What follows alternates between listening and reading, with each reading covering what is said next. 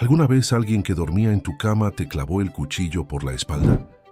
¿Crees que alguien así merece seguir llamándose familia? Hola, la historia sigue a una mujer que celebra su cumpleaños rodeada de su familia, pero recibe tensiones y desprecio dentro de su propio hogar. A partir de ese momento descubre que su lugar en la familia no es el que creía. Gracias. Esta narración es completamente ficticia y ha sido creada únicamente con fines de entretenimiento. Cualquier parecido con personas, nombres, lugares o hechos reales es pura coincidencia.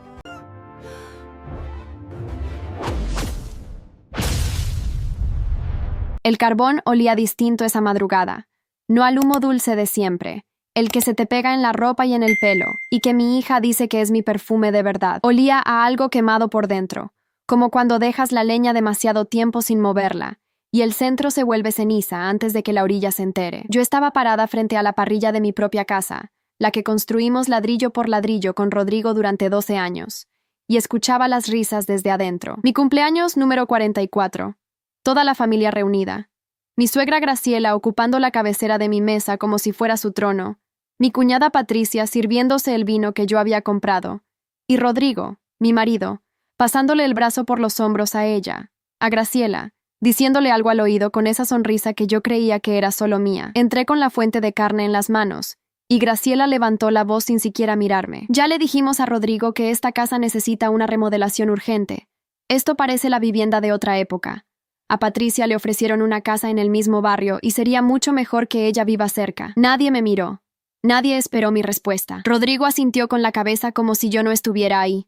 Puse la fuente sobre la mesa despacio, sin hacer ruido, y me senté en mi silla, en la única silla que me quedaba en mi propia casa, y sonreí, porque en ese momento yo ya sabía algo que ninguno de ellos imaginaba. La traición no llegó de golpe. Llegó como llega el invierno acá en el sur, de a poco, con viento frío que uno aprende a ignorar hasta que ya no puede entrar calor por ningún lado. Llevaba meses notando cosas.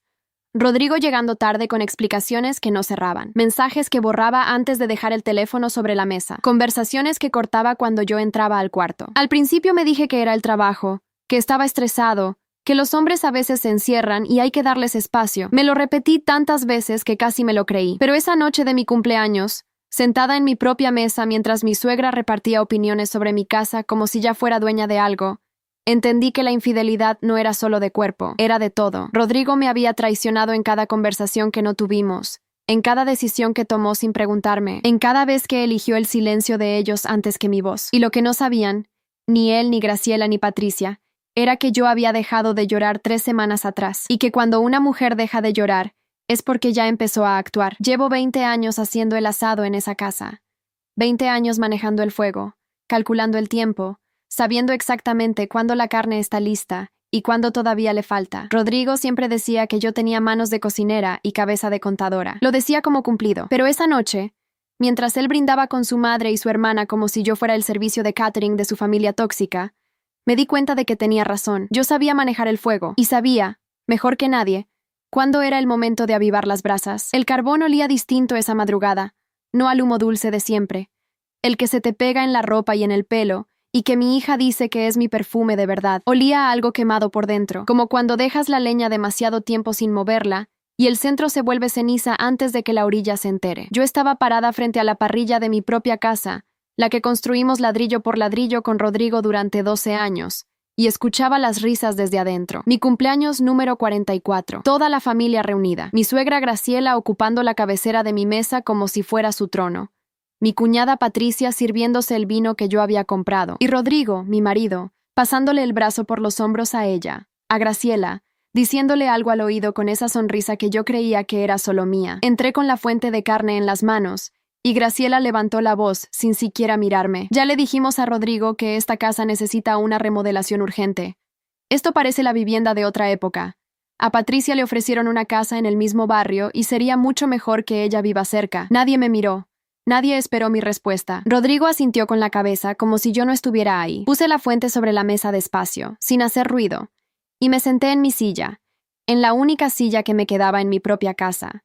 Y sonreí, porque en ese momento yo ya sabía algo que ninguno de ellos imaginaba. La traición no llegó de golpe, llegó como llega el invierno acá en el sur, de a poco, con viento frío que uno aprende a ignorar, hasta que ya no puede entrar calor por ningún lado. Llevaba meses notando cosas. Rodrigo llegando tarde con explicaciones que no cerraban, mensajes que borraba antes de dejar el teléfono sobre la mesa, conversaciones que cortaba cuando yo entraba al cuarto. Al principio me dije que era el trabajo, que estaba estresado, que los hombres a veces se encierran y hay que darles espacio.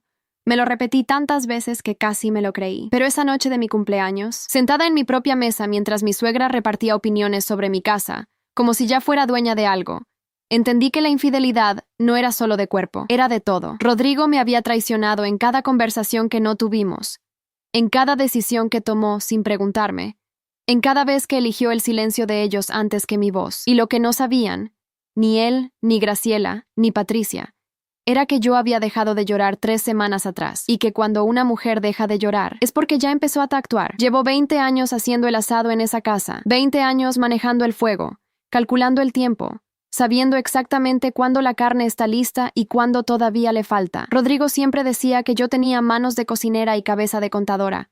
Lo decía como cumplido. Pero esa noche, mientras él brindaba con su madre y su hermana como si yo fuera el servicio de catering de su familia tóxica, me di cuenta de que tenía razón. Yo sabía manejar el fuego. Y sabía, mejor que nadie, cuándo era el momento de avivar las brasas. Todo empezó a desmoronarse un martes a las 10 de la noche, 3 semanas antes de ese cumpleaños. Yo estaba ordenando el cuarto cuando encontré el recibo doblado en el bolsillo del pantalón de Rodrigo, de esos que uno mete automáticamente antes de poner la ropa en el cesto. No lo busqué. No soy de esas mujeres que revisan bolsillos, pero estaba ahí, abierto a la mitad, y el nombre del hotel estaba impreso en letras azules que no pude ignorar. Hotel Alborada. Una noche.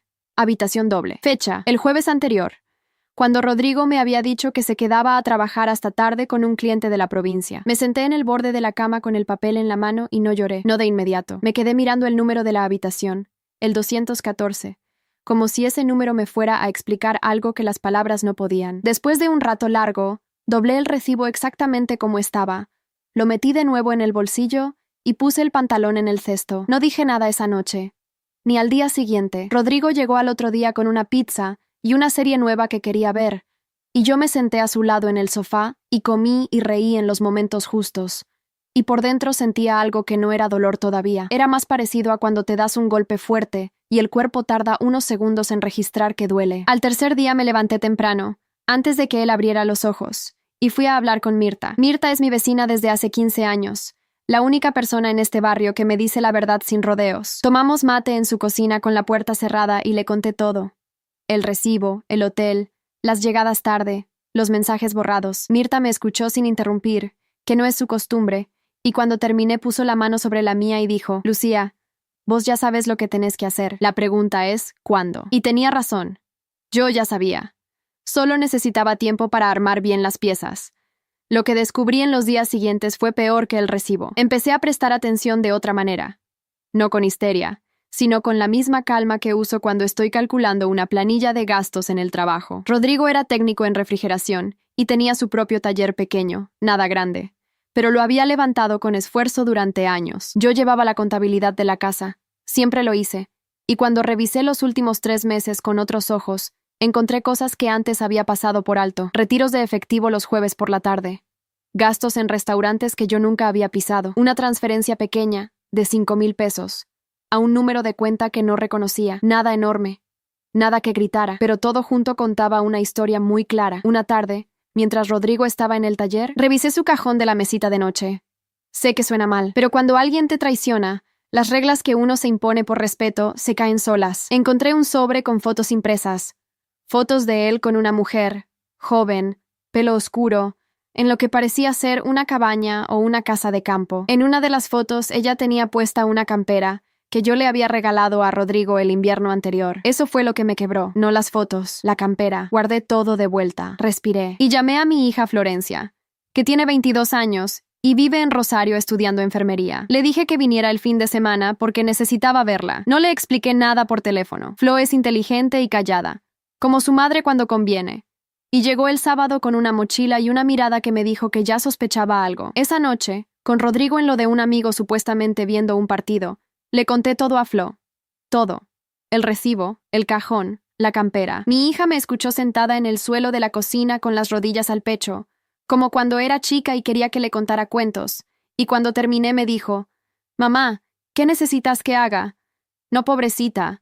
No hay. ¿Cómo pudo? Solo. ¿Qué necesitas?» En ese momento entendí de dónde había sacado ella esa fortaleza.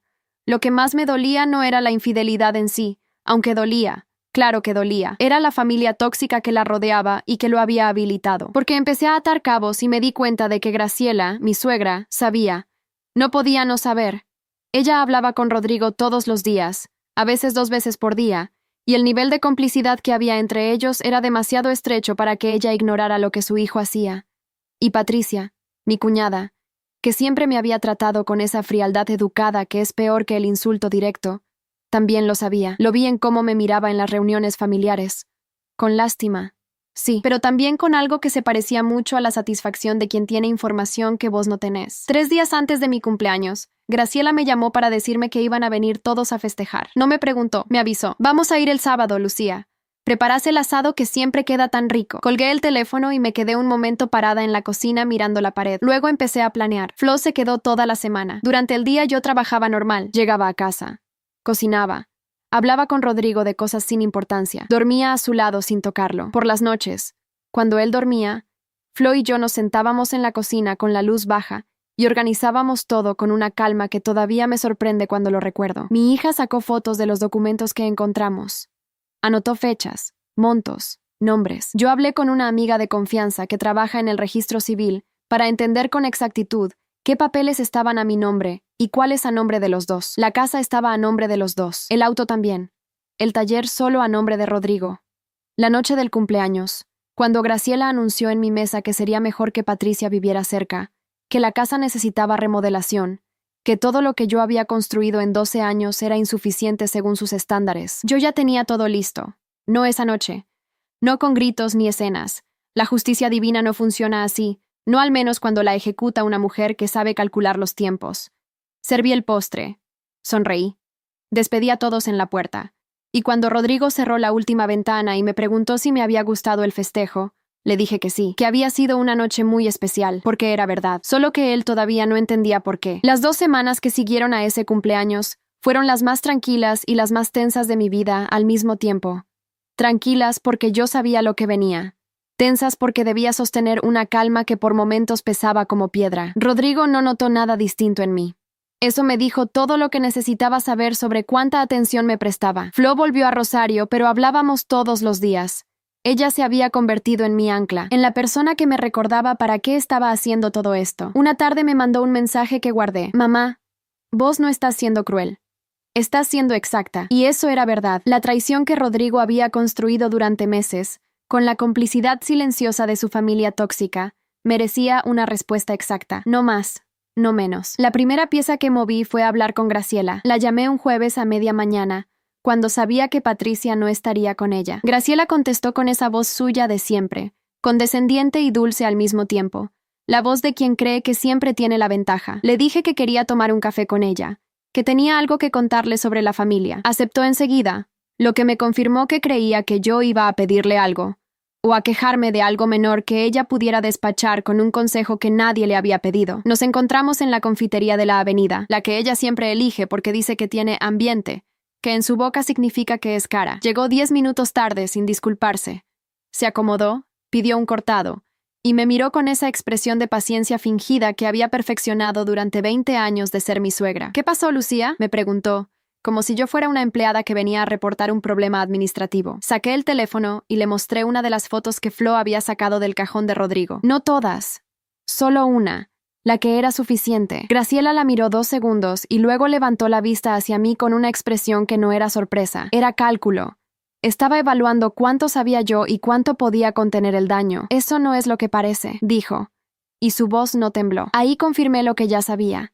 Ella conocía la existencia de esa mujer. «No vine a discutir lo que parece o no parece», le dije. «Vine a decirte que ya tomé mis decisiones y quería que lo supieras antes que Rodrigo, porque creo que te lo mereces». Me levanté. Dejé el dinero del café sobre la mesa y me fui sin esperar respuesta. Por el espejo del fondo de la confitería la vi quedarse inmóvil, con el cortado humeando en la mano y la cara de alguien que acaba de darse cuenta de que el partido que creía estar ganando ya terminó. Esa tarde hablé con Mirta de nuevo. Le pedí un favor. Mirta conoce a medio barrio. y tiene una memoria prodigiosa para los detalles. Le pregunté si sabía algo sobre la mujer de las fotos. Mirta tardó 2 días en conseguir lo que necesitaba, no porque fuera difícil, sino porque quería estar segura antes de hablarme.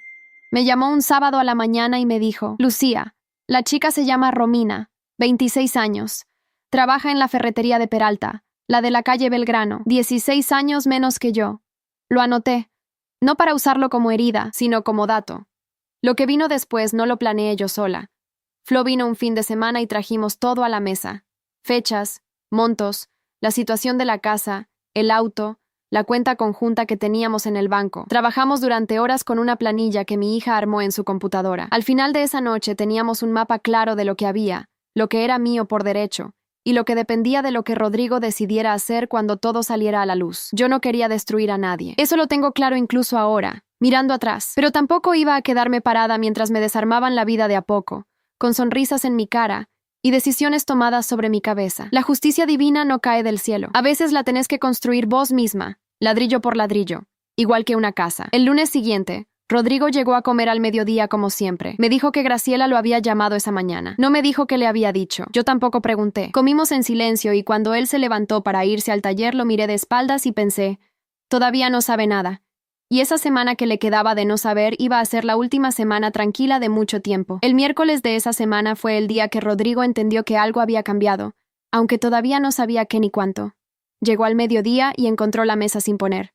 Yo estaba sentada leyendo, algo que no hacía desde hacía meses porque siempre andaba ocupada con los mandados de todos. Me preguntó si había comida. Le dije que en la heladera había fiambre y pan. Me miró un segundo más de lo normal y se sirvió solo, sin decir nada más. Esa noche me preguntó si estaba enojada con él. Le dije que no, y era verdad. Ya no estaba enojada. Había pasado por la rabia, por el dolor, por las noches mirando el techo repasando cada mentira, y había llegado a un lugar que no es exactamente paz, pero se le parece. La certeza de lo que venía. El jueves llamé a mi hermana Claudia, que vive en Bahía Blanca y con quien había perdido contacto en los últimos años, no por pelea, sino por distancia y por la vida que te va consumiendo. Claudia contestó a los 2 tonos, como si estuviera esperando mi llamado, y cuando le dije, Clau, necesito hablar, se quedó en silencio un momento y dijo, estoy acá, contame. Hablamos 3 horas. Le conté todo desde el principio. Me escuchó sin interrumpirme salvo para preguntar cosas concretas, y al final me dijo algo que me quedó grabado. Lucía, lo que más me duele no es lo que él te hizo, es que te hayas quedado callada tanto tiempo creyendo que no merecías mejor. Lloré por primera vez en semanas. Lloré bien, con ganas, y después me sentí más liviana. Claudia me preguntó si necesitaba que viniera. Le dije que no todavía, pero que pronto. Le expliqué lo que estaba planeando, y ella no dijo que me calmara ni que pensara bien las cosas. Dijo, ¿qué necesitas que yo haga? Esa pregunta, en boca de las 2 personas que más me quieren, me la hicieron igual. Flo y Claudia. Supongo que las mujeres que te quieren de verdad no te piden que tengas paciencia. Te preguntan qué necesitas. El viernes a la tarde, mientras Rodrigo estaba en el taller, fui al banco. Teníamos una cuenta conjunta donde entraba parte de mi sueldo y parte de los ingresos del taller. La cuenta tenía suficiente como para que cualquier movimiento importara. Hablé con el asesor que nos conocía de años y le pedí información sobre los pasos para separar la titularidad. No saqué nada ese día, solo pregunté, pero salí del banco sabiendo exactamente qué podía hacer, cuándo y cuáles eran las consecuencias legales para cada parte. Esa noche Rodrigo llegó tarde. Me dijo que había tenido un trabajo de urgencia. Yo estaba en la cocina preparando una infusión y no pregunté nada. Él se quedó parado en el marco de la puerta de la cocina un momento, mirándome, y después dijo, ¿estás bien, Lu? Le dije que sí, que estaba cansada. Se fue a bañar, y mientras escuchaba el agua correr, yo tomé la decisión de que el sábado siguiente iba a ser el día. No el día de la pelea, no el día del escándalo.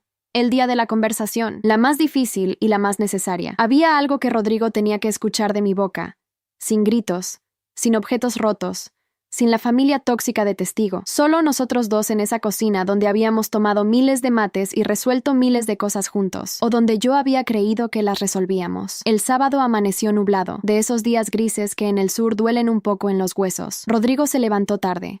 Yo ya tenía el mate listo cuando bajó. Se sentó frente a mí, y antes de que pudiera decir nada, saqué las fotos del cajón de la alacena donde las había guardado y las puse sobre la mesa, todas.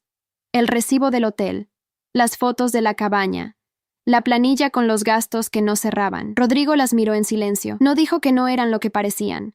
No dijo que me las explicaba. Se quedó callado con las manos sobre la mesa y la cabeza agachada, y ese silencio me dijo más que cualquier palabra. Después de un rato largo levantó la vista y me dijo, «¿Cuánto tiempo sabes?» «Suficiente», le dije. Lo que vino después fue una conversación que duró casi 3 horas, y que no voy a repetir en detalle porque hay cosas que pertenecen solo a los que las vivieron. Pero sí voy a decir esto. En ningún momento de esas 3 horas sentí que Rodrigo estuviera realmente arrepentido. Sentí que estaba asustado, que estaba calculando, que me preguntaba cuánto había visto yo, qué iba a hacer, si podía contener el daño. Me habló de la presión, del tiempo, de que se había sentido solo. No me habló de mí en ningún momento de esa conversación, y eso me confirmó que la decisión que había tomado era la correcta. Le dije que me iba a quedar en la casa porque la casa era mía también, y porque no tenía ninguna razón para irme. Le dije que él podía tomar las decisiones que quisiera con su vida, pero que las consecuencias de lo que había hecho ya estaban en marcha. No le expliqué qué consecuencias. No era el momento. Rodrigo se levantó, tomó las llaves del auto y salió. Escuché el motor arrancar y alejarse, y me quedé sola en la cocina con el mate frío entre las manos. Llamé a Flo. Contestó al primer tono. «¿Cómo estás, mamá?» «Entera», le dije. Y era verdad. Rodrigo no volvió esa noche. Tampoco al día siguiente.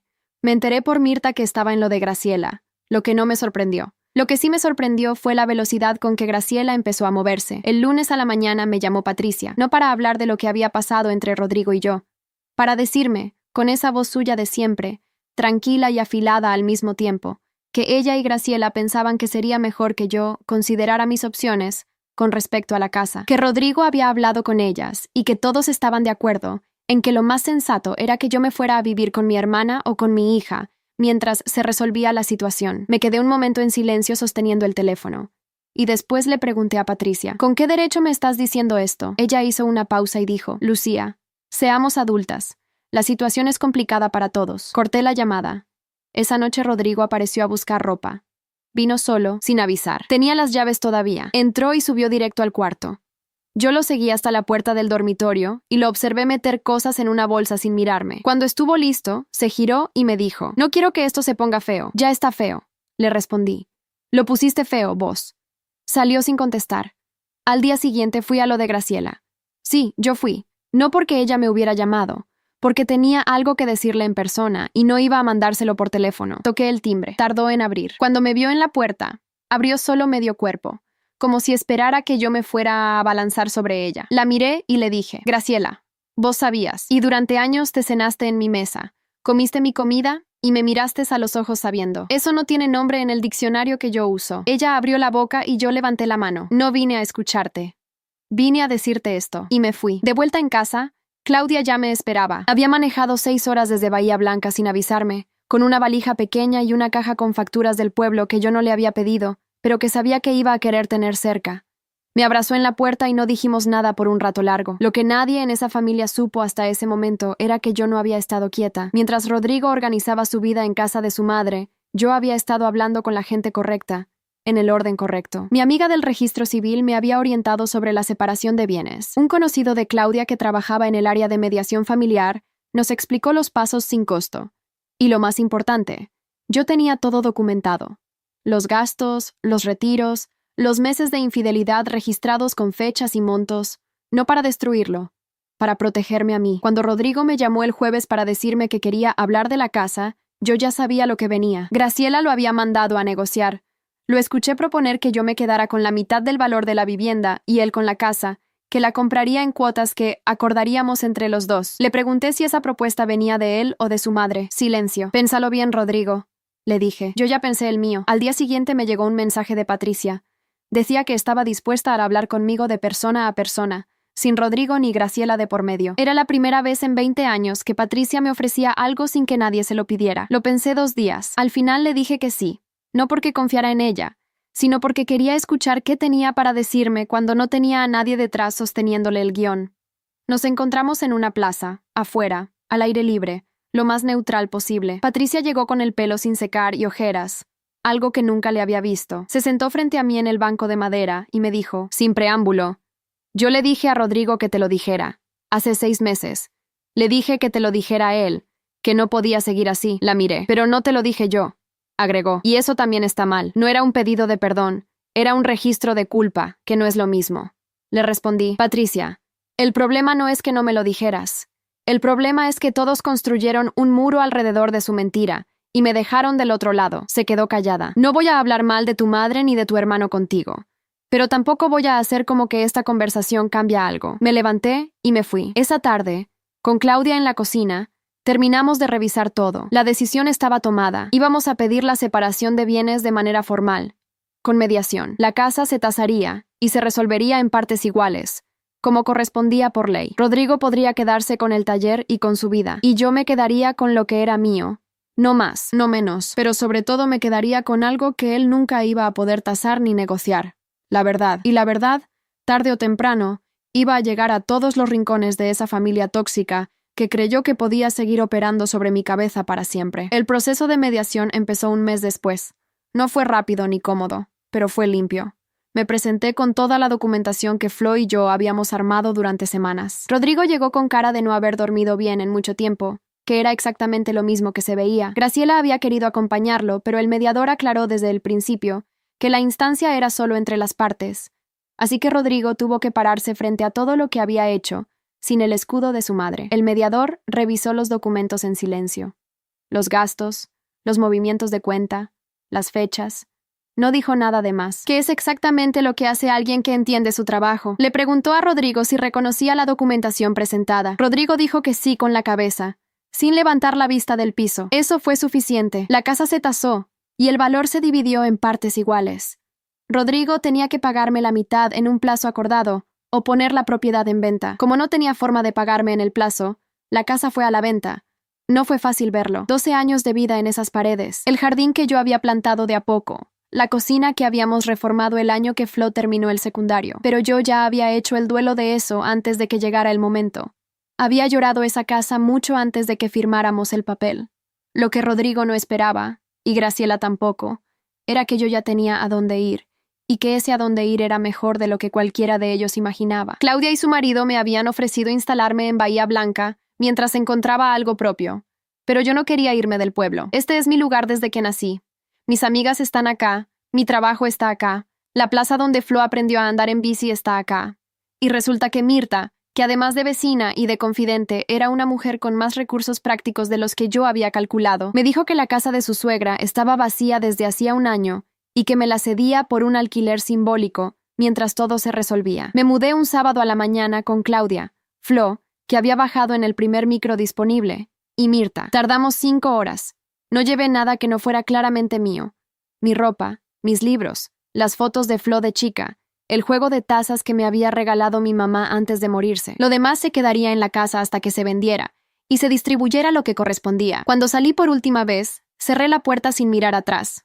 No porque no me doliera, porque ya había mirado suficiente hacia atrás en los últimos meses, y era hora de ver para adelante. Lo que pasó en los meses siguientes con Rodrigo y su familia fue lo que siempre pasa cuando alguien que vivía a costa de la paciencia de otra persona de repente se queda sin esa paciencia para apoyarse. Graciela, que había manejado a su hijo durante toda su vida adulta, como si él fuera una extensión de su voluntad, se encontró de pronto con un Rodrigo sin casa propia, sin estructura, y con la relación con Romina que, según me enteré por Mirta semanas después, no había durado ni 2 meses después de que todo salió a la luz. La chica tenía 26 años y no estaba dispuesta a hacerse cargo de un hombre de 47, con el desastre que él mismo había armado. Lo dejó sin mayores explicaciones. Patricia, que había creído que podría mantenerse en un lugar neutral después de nuestra conversación en la plaza, descubrió que la neutralidad tiene un costo cuando el derrumbe le llega cerca. Graciela empezó a depender cada vez más de ella, tanto emocionalmente como de manera práctica, y Patricia, que tenía su propio marido, sus propios hijos y su propia vida, empezó a cargar un peso que no había elegido. En el barrio se empezó a saber lo que había pasado. No porque yo lo contara, sino porque estas cosas se saben solas. La gente habla. Las vecinas preguntan. Y cuando la versión de Rodrigo no cerraba, la verdad fue ocupando los espacios vacíos. Yo no hablé mal de nadie en público. Nunca lo hice. Pero tampoco defendí una mentira que no era mía. 1 año y 3 meses después de aquella noche de mi cumpleaños, cuando puse la fuente de carne sobre mi mesa y sonreí sabiendo lo que sabía, me senté en el porche de la casa de Mirta, su suegra, que ya era simplemente mi casa, con una taza de té en las manos y el sol del atardecer entrando por los aleros, y pensé en todo lo que había pasado. La casa se había vendido. Mi parte me alcanzó para dar una seña sobre un departamento pequeño, de 2 ambientes, que quedaba a 10 cuadras de donde siempre viví, con vista al patio interno y una cocina que tiene exactamente el tamaño que necesito. Flo me ayudó a pintarlo el fin de semana que vino a verlo por primera vez, y mientras pintábamos la pared de la sala de ese color entre mostaza y arena que habíamos elegido juntas, mi hija me dijo: «Mamá, este lugar te parece a vos». Y no sé por qué eso me llegó tan adentro, que un lugar pudiera parecerse a mí, que yo pudiera, a esta altura, saber qué forma tengo. Claudia venía a visitarme cada 2 meses. Habíamos recuperado algo que la distancia y los años y la vida con Rodrigo me habían quitado sin que yo me diera cuenta. El vínculo con mi hermana, las llamadas largas, las charlas sin apuro. Mi trabajo seguía igual, sólido, en la misma oficina donde llevo 18 años, con la misma jefa que cuando me vio llegar un lunes después de todo, me apretó el brazo y no dijo nada, que fue exactamente lo que necesitaba. Rodrigo estaba viviendo en un departamento rentado del otro lado del pueblo. El taller seguía funcionando, que era lo mínimo que podía hacer para sostenerse. No tuvimos más contacto después de firmar los papeles de la mediación, ni falta que hacía. La infidelidad que lo había llevado a donde estaba no había sido el único daño que me había hecho. Había sido el más visible, pero no el único. El daño real había sido años de dejarme sola en mi propia casa, de elegir la voz de su madre sobre la mía, de ir borrando lo que yo decía hasta que casi no quedaba nada de mi opinión en ninguna decisión de nuestra vida en común. De eso no se vuelve con una disculpa. Graciela seguía en su casa, pero el barrio no la trataba igual, no porque alguien la hubiera atacado, sino porque cuando la verdad se asienta, cambia el volumen con que la gente te saluda. Patricia cargaba con ella y con su propia vida, y de la mudanza cerca de mi antigua casa, que había sido el gran plan anunciado en mi mesa de cumpleaños, no se habló más. La casa del barrio no fue para Patricia. Fue para una familia joven que entró en agosto con 2 hijos pequeños y una hamaca que instalaron en el jardín el mismo día. Yo lo vi desde la vereda cuando pasaba caminando hacia el mercado. Me detuve un momento. Escuché reír a los chicos. Seguí caminando. Mirta me invitó a tomar mate una tarde y me dijo, con esa franqueza que solo tienen las personas que te conocen de verdad: «Lucía, ¿sabes lo que más me sorprende de vos? Que nunca perdiste la clase». Me reí. Le dije que no era clase, que era precisión, que aprendí del fuego. No hay que apagarlo de golpe ni dejarlo escapar. Hay que regularlo. Lo que sembraron, lo cosecharon. Rodrigo sembrando mentiras durante meses y cosechando un divorcio, una casa vendida y una vida que tuvo que armar desde cero a los 47 años. Graciela sembrando el terreno para la traición de su hijo y cosechando el desprestigio silencioso que es peor que el escándalo, porque el escándalo se olvida y el desprestigio queda. Patricia sembrando complicidad callada y cosechando la carga de sostener a 2 personas que no sabían sostenerse solas. Y yo sembré paciencia, exactitud y la certeza de que merecía mejor, y coseché la vida más tranquila que tuve desde que tengo memoria. Un departamento que me parece, una hija que me pregunta qué necesito, una hermana que maneja 6 horas sin avisar cuando sabe que la necesito, una vecina que me pasa el mate sin hacerme preguntas que no quiero responder. Hay noches en que prendo el carbón en el patio pequeño del departamento, uno de esos braseros portátiles que compré el mes pasado, y el olor me trae todo de vuelta por un segundo. No con dolor, con algo que es más parecido al reconocimiento, a saber exactamente de dónde venís y a dónde llegaste.